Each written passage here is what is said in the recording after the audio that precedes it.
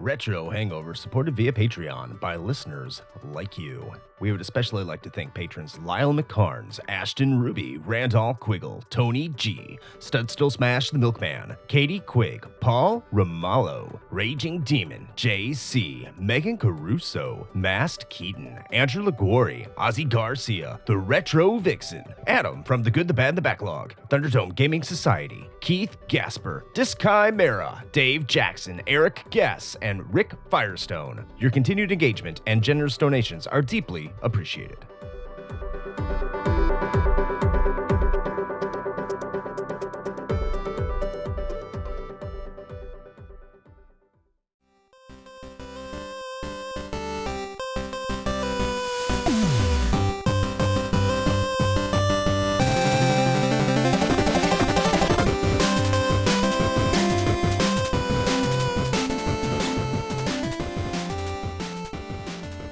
Welcome to the flight. A winner is you. Congratulations. Off course. Curation champions catastrophes. Consider it a retro hangover chronometer. Did anything that I said made sense? No, it didn't. And that's because today's episode is about the worst localizations that we have experienced or played or just we found. Doesn't matter. You know what? I'm off the rails like a lot of the localizations have been already, and I'm not even 30 seconds into this episode. It's me, Chris Gopleen, as from the aforementioned Retro Hangover podcast, and I am joined with today, as always, speaking of bad translations, Shane, Phallus Giant Lizard Koski. Love it. I also love that we basically, because of the topic of this episode, we have absolute free license to just fuck everything up, and I don't have to edit out anything because it's part of the episode. It's part of the experience. That's absolutely correct, Shane. We could completely just word fuck entire sentences, and we could just say it was part of the experience. That's right. Also, based on your introduction, I feel like I can already rule out like at least 3 games that we're not going to talk about now. So, okay. Well, I think we should get into this. Why do I keep saying that when I'm not going to? I don't know. Are we not? What's happening? We are. We will. Before we get into this, I just want to remind everybody that if you want to contribute to these episodes, that these episodes all come out of the mind hive of our lovely patrons. And if you want to join our Patreon, just head over to our link tree, which is linktr.ee/retrohangover, and find the Patreon link. And once you're in there, you can join our Discord, Discord is open to everybody, by the way. But if you are a patron, you have special channels that you can go into where you can suggest your top 5 topics, and once you have suggested them, we rank them on our Patreon page. So if you're interested in that, head on over there. Probably made this a lot more complicated than it had any right to be, but that's because it's a bad localization. Speaking of bad localizations, as we have been, let's get into the list, Shane, and we will go to you with your number 5. Number 5. All right, so I want it to be known as I kick this list off here that I purposefully picked ones that I don't think most people are going to expect. There are a lot, like, listen, this was a target-rich environment, okay? This was basically like shooting fish in the proverbial barrel. There are so many bad translations out there. We could be here all day talking about it, but I wanted to pick some that were maybe going to be, a little bit of a surprise, a little shock, maybe. So anyway, my number 5 is the entire Mega Man Battle Network series. Oh. So in at least 2 cases, 2 of the games, there are some fucking bangers, and they're not even like super terrible, like completely incomprehensible. They're just bad enough that they're entertaining. And so a couple of examples of this, right, is Battle Network 4, I believe it was. You end up talking to this female NPC who is referencing someone else that the two of you had just been having a conversation with. And she exclaims that what a polite young man she was. Which I feel like, you know, for fucking Very progressive. I was just gonna say, for a Game Boy Advance game, this was actually very progressive. So you know, kudos to you indirectly, Battle Network, I guess. And then the other instance that I came across that I wanted to kind of highlight because I just love this one comes from the follow up in Battle Network 5 for the DS, and you, the protagonist, very clearly tell this NPC who looks like he owns a pink squirrel that might be a statue. I'm not sure exactly what that is. That you are going to jack into his squirrel if that's what it takes. And I love it. I don't even care what the context is. That's a fantastic line. So Battle Network, Mega Man. That's my number 5. All right. My number 5 is Ys 3, Wanderers from Ys for the TurboGrafx CD. There's a lot of versions of this game, but the TurboGrafx CD one is particularly notorious. First of all, for just the overall bad voice acting, which is amazing. And if you haven't heard it, you owe it to yourself to go listen to the voice acting for this game. It is worst in the best possible way. I love it. It's so bad. It's horrible. The game itself is fun. It's a deeply flawed but amazingly fun game. So you should take a look at it for that reason alone. But overall, just it misfires a lot on what it wants you to do. It's essentially like a Zelda 2 game, which was actually really close to me including. I'm not including it because I just think, different era and everything like that. But you take a look at what you get for Ys 3, and in the very intro, the very opening movie, just so you know what you're in for, they say that this ancient warrior that killed this old demon thing that you have to go kill like at the end of the game is Adol Christen. And you might say to yourself, why does that matter, Chris? It's because Adol Christen is the main character of the game. He's not the ancient warrior. They couldn't even get the characters right in setting up the plot. They completely mislabeled who the hero was in they didn't know what they were doing. That's what it comes down to. I know a lot of you probably haven't played Ys 3. That's fine. But if you haven't, if you just want to see how to do bad voice acting in the 16-bit era, this is the game to do it. It's amazing, I promise you, and it makes for a horrible localization. Number 4. All right, moving on to my number 4. I have chosen Arc Area, a 1987 multi-directional scrolling shooter released in arcades by UPL. And the reason I picked this one, and it made it to my number 4 spot, is basically for the message that it gives you when you beat the game. Because it's so like passive aggressively shaming you and also translated terribly that it's just I just love it. So if you play Arc Area in the arcade and you defeat the game and you are elated, you are like, man, I am the best. This screen pops up and tells you, congratulations for you. You are the great super and most exclusive player. Boys, be ambitious. Without the games, let's try anything else. So, first of all, this makes very little sense, right? But what this is essentially saying, for the record, by the way, if you look this up, the apostrophes that actually shouldn't even fucking be there in the words boys and games are just heart emojis. So, very, very early use of the emojis. What this game is telling you is like, you know what? Good for you for beating this game. Get a fucking life and go outside. That's great. I love it. Yep. So congrats to UPL for basically shaming their user base and being like, I can't believe you beat our game. Go touch grass. More games should have that message. Good for them. They were stalwarts of the values of our American society. I just love the phrase, let's try anything else. Let's try anything else. Just Anything. Please. Boys, be ambitious. Don't you like girls? Because you won't get them playing video games.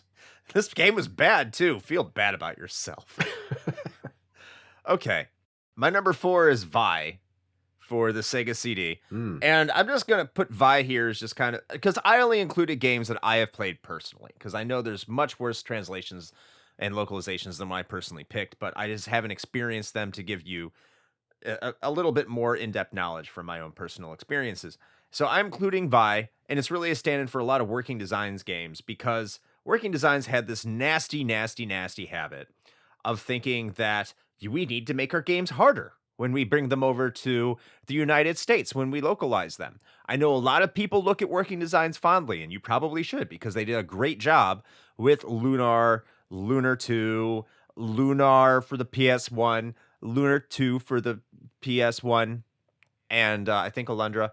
And there's a couple other games. I know I'm kind of being a dick. But Vi is a game where they did what they typically do, which is there are bosses that they greatly increase the amount of hit points that you need to take to kill them. They increase their defenses. They increase the amount of experience you need to gain levels. They increase the cost that it takes to buy items at the shop. They lower the amount of gold you can get from enemies. They lower the amount of experience you can get from enemies. And they say, yeah, go, just have fun with this game. And it reminds me of this one boss in this game where you're literally just hitting attack, just selecting attack, because this is a very basic RPG. This is like Dragon Warrior style. There's not much to the battle system other than extremely traditional. And you're selecting fight for what feels like 30 to 45 minutes, because it's nothing but a damage sponge, and it's not doing a ton of damage to you. And it just encapsulates everything wrong with this game that probably should have just been a nice, brisk, relatively average RPG that, by the way, I still love this game. I don't know why. I'm bitching about it and saying it sucks, but I love it. I will play it again, probably in my life, because I do love this. It's a childhood appreciation of mine. But holy shit, the changes they made in difficulty to this game make it damn near unplayable to anyone who isn't a hardcore RPG fanatic. Dumb decisions, stupid barriers, not quite as bad as what I heard Exile 2 is, but Working Designs, you fucked it up. Number 3. My number 3 is, it's also, actually, I think most of these are reaching kind of far back, which is not to say that, like, you know, there aren't bad localizations to this day, because there are, but there sure were a lot more back in the day, let me tell you. And I went with Rock On for the PC Engine. So this is a shoot 'em up, one of many released in the library of PC Engine. And it kind of it really sets the stage just right on the outset. The introductory scroll just tells you, like, oh, so this is what I'm looking at. So I'm going to give you a little bit of this. I don't have the entirety of it, but there's enough here to kind of give you a pretty good idea. So it starts with Dearly Beloved, Other Time, Other Space. People live a damn boring routine life, although the world is so peaceful. Of course, some of them thinks they go-to get out of the life and dreaming about getting big fortune. To realize that dream, there's only one way left in that world, comma, needless to say, comma, it's, comma, somehow, comma, to find out the mysterious fortune. Busters, it's the name we call the fortune hunters. What the fuck? Now they're about to start historic journey that no one could come back alive from. That is to get the Fizzas, called legend by people. But, comma, except the one person, comma, no one in the world can make it real who has got to be billionette and radical, physically and mentally. Yes. What does that even mean? You are the one. What is a billionette? I fucking have no idea. So yeah, that's your opening sequence. So, you get all of your exposition dump right there. You got all the plot. You know what's going on. So now go shoot 'em up. There you go. Rock on for the PC Engine. What the fuck is happening? I need to play this now. AAA game. My number 3 is, I think, a pretty common one that people know about is Final Fantasy Tactics. And this I'm just going to very generically say the translation is just top-notch bad. It is awful. You think essentially when you're making an allegory for, going and killing Jesus and his 12 disciples, you're going to want to add some gravity to it, but no, it just completely becomes a word salad of what in the world are they actually talking about? Especially because the majority, the first half of the game is all about class warfare and very, very, serious subjects that it tries to dive into, and like the poor class versus the royal class and the upper class, and how everything is being treated. And it's very much a topic in the designer's games that he does. And that includes Tactics Ogre and the Ogre series and everything like that. But it's not like anything I can think of in particular that's funny. It's just that when you compare it to the War of the Lions remake, you see how a localization should happen. Like what Shane said before in Rock On, that phrase "off course," that's in there. That's in there when you have your little people, you go to the pub and you send them on missions. In fact, all those missions they come back for, those are horribly translated. It's just like they threw it. It's not like they threw it into Google Translate. It's like they threw it into Google Translate and then made it make sense enough for it to not really matter and have no emotion behind it and not really explain anything that you're supposed to do in a game that's heavily reliant on plot to carry you through the game and give you motivation. Thankfully, the gameplay carries it enough and they didn't mess with that. So the localization there, spot on, because Final Fantasy Tactics is a banger of the game. And a lot of people say the plot's great. And I really want to know why that was said prior to War of the Lions coming out, because this translation is garbage. You know it's garbage. You know it's bad. And the plot you have to really infer and translate from some garbled trash in order to understand what they're saying. So if you said the plot was great before War of the Lions came out, you are a liar and you cannot be trusted.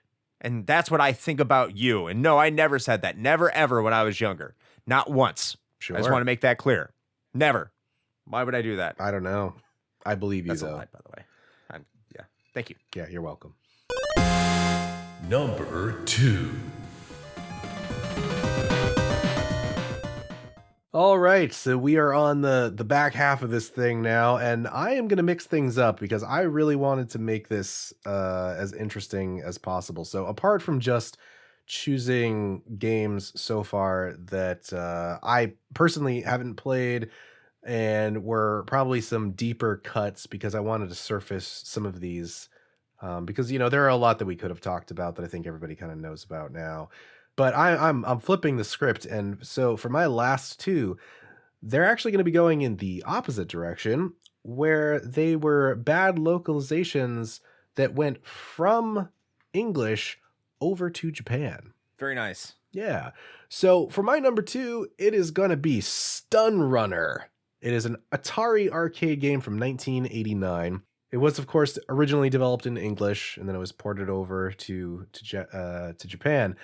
And the issue with this one is that the game prominently displays the words "insert coin" on the title screen for the English version, which, one would expect for an arcade title. That's pretty standard. Makes sense. Yeah. Yeah. But when it made it over to Japan, they decided to translate this to Japanese, to what is essentially, and for the record, I'm going to just totally butcher the rest of this. I listened to it on Google Translate. I'm still going to fuck it up, but just bear with me here. So in Japanese, it's essentially like koin iku eru, and which translates to insert a coin. It does. So grammatically, it's not too bad, but there are a few issues with this. So first, Japanese players were already familiar with the English phrase insert coin by this point. So, like, Of course, yeah, they had to. there wasn't a reason to translate this. Like, it was completely unnecessary. Second, nearly all other text in the game is still in English. So, why this one thing was translated is just like a complete mystery. Mm. And third, and perhaps most importantly, no actual Japanese person would say this phrase this way. It's like roughly equivalent to "a winner is you" from pro wrestling on the NES. It communicates like the idea behind it, but nobody would ever actually say it that way. So it's kind of on that level. And so consequently, this actually has become one of the most well-known translation errors in like all of Japanese gaming history. That's great. Yeah, it's very much like our, all your base are belong to us or something like that. And so it shows up like everywhere. Like it's referenced in manga, it's referenced in a whole slew of other video games, including some of the newer entries of Dragon Quest. Some of the NPCs reference this. So it was like, it was big enough that it's sort of become a part of like the gaming culture over there, which I think is pretty interesting. Wait, what year did this come out? Stun Runner was 89. Oh, so essentially this is just revenge. Basically, yeah. I guess you could look at it that way. Ha ha ha, Japan, we finally got one on you. Okay, my number 2. Shane, what's my favorite game of all time? I'm gonna go with Streets of Rage 2 for 500, Alex. That is correct. Streets of Rage 2 is my favorite game of all time. Okay, great. And there's a reason that the Streets of Rage series, no one really talks about it after Streets of Rage 2. It's not because there isn't a Streets of Rage 3. And that's why this is my number 2. Streets of Rage 3 has to be one of the most just batshit stupid localizations that has ever happened in the history of ever. You're taking a series that is just a magnificent piece of art, and you're just in Japan, by the way, it's not better than Streets of Rage 2 in my opinion, but there are so many gameplay additions to Streets of Rage 3 that this should have been the premier beat 'em up on any system. Good looking graphics, good looking controls, innovative new things that you can do for special abilities. I think I told this to Shane once, like you're when you do a special move, it has a charging meter that builds up, and then it says okay, and then when it has okay, you don't lose health when you use your special move, which is like a big deal for a beat 'em up. Yeah. Because you don't want to lose health. And so there's so many different mechanics here that you should think that Streets of Rage 3 should be a better game. But no, it can't be. Because when Sega brought it over to the United States, they decided that this game, much like an earlier game I talked about, was too easy. So they decided they'd ramp up the speed for like all of the bad guys and increase the difficulty by a lot. Just so like to fight the rental companies and because they hated Blockbuster or something. I don't know. They also changed the sprites of the characters. They also changed the color of the character sprites for some reason.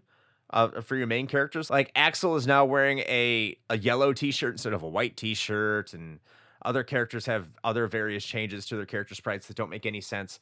They ruined the gameplay. They ruined the feel behind the game, making it prohibitively difficult in order for anyone to get into. And they removed a character because he was too gay.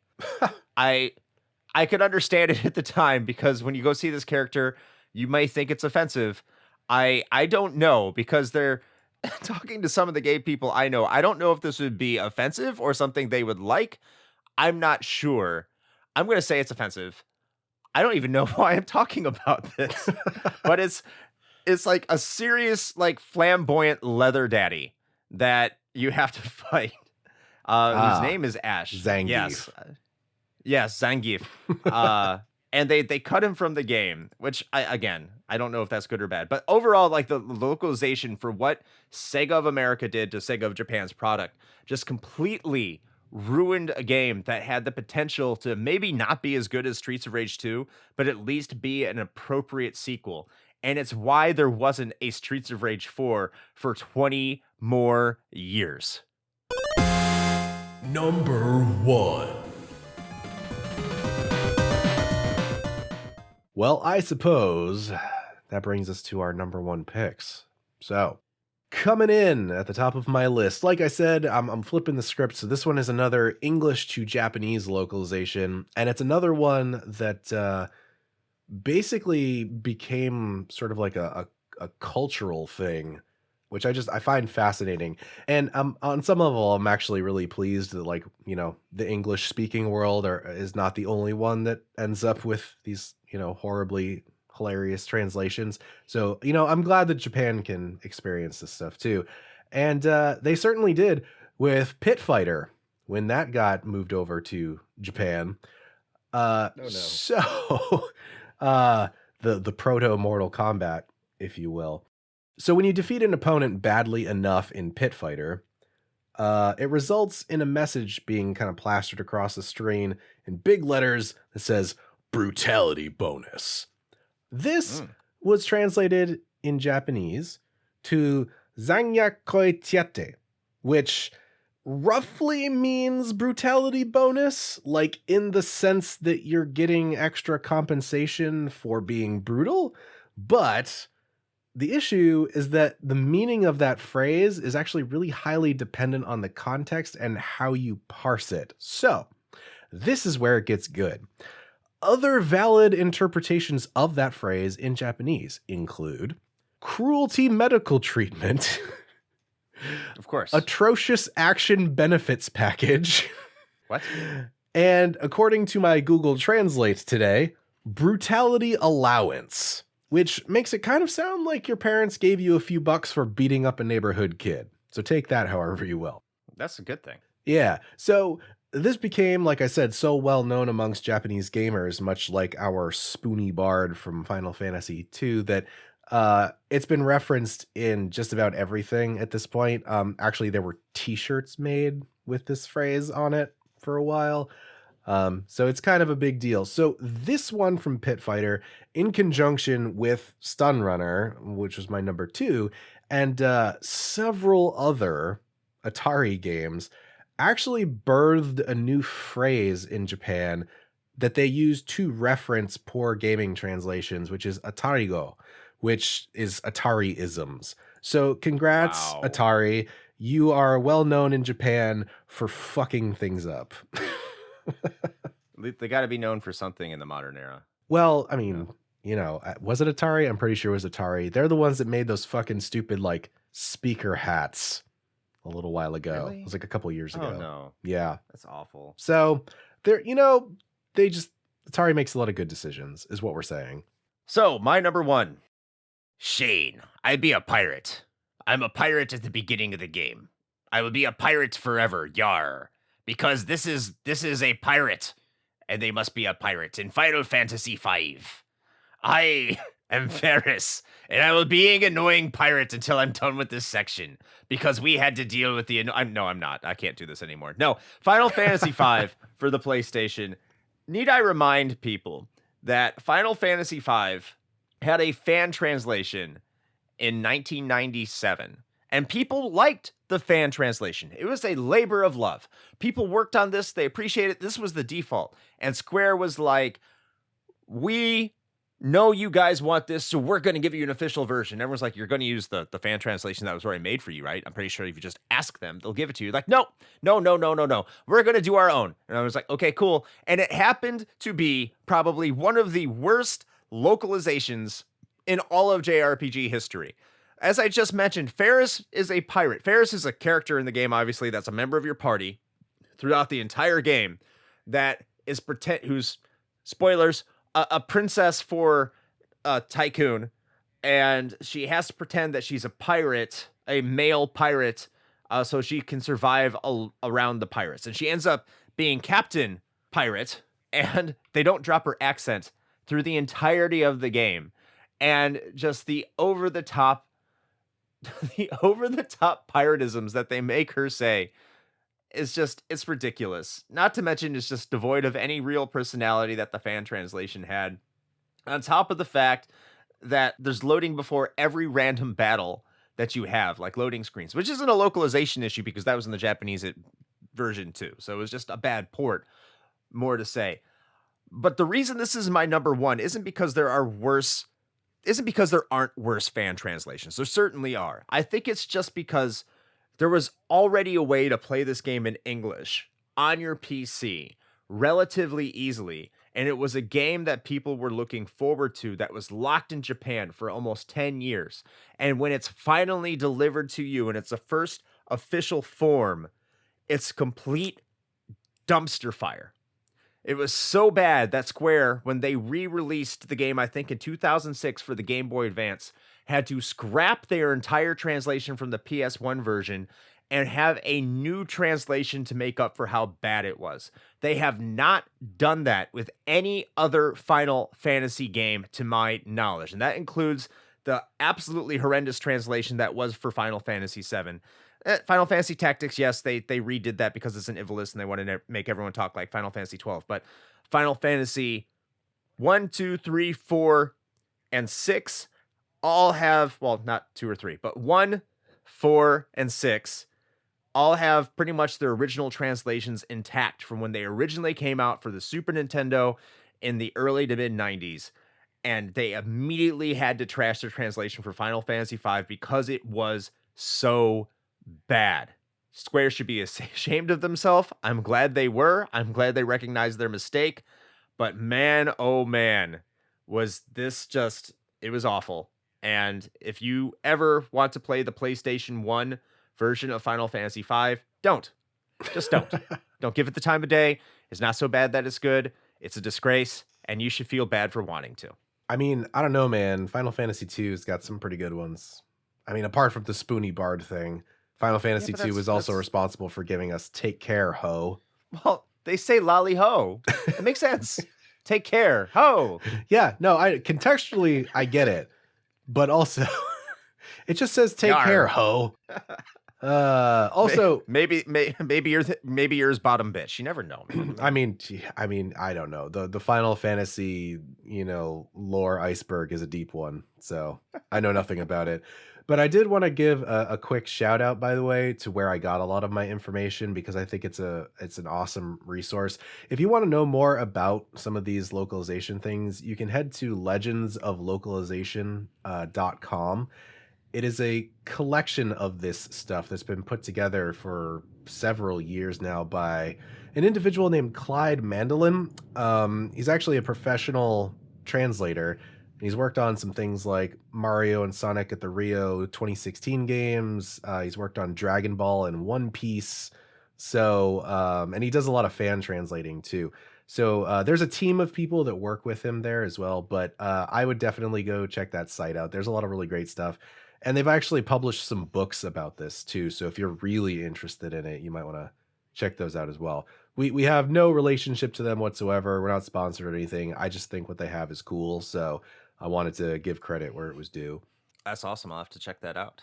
I like silly fan translations, not fan translations. I like silly official translations and just how awful it could be, because they still happen to this day and they are always a joy to find. Absolutely. And hopefully this episode was absolutely a joy for you to find and listen to.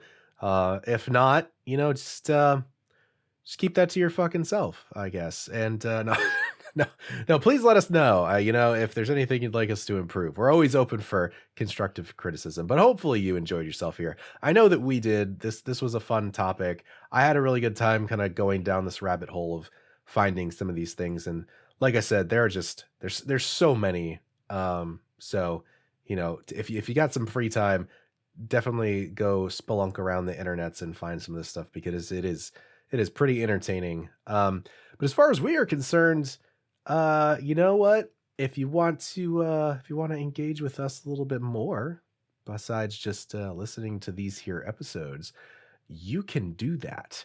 And we make it very easy for you. Just go to Linktree/Retro Hangover.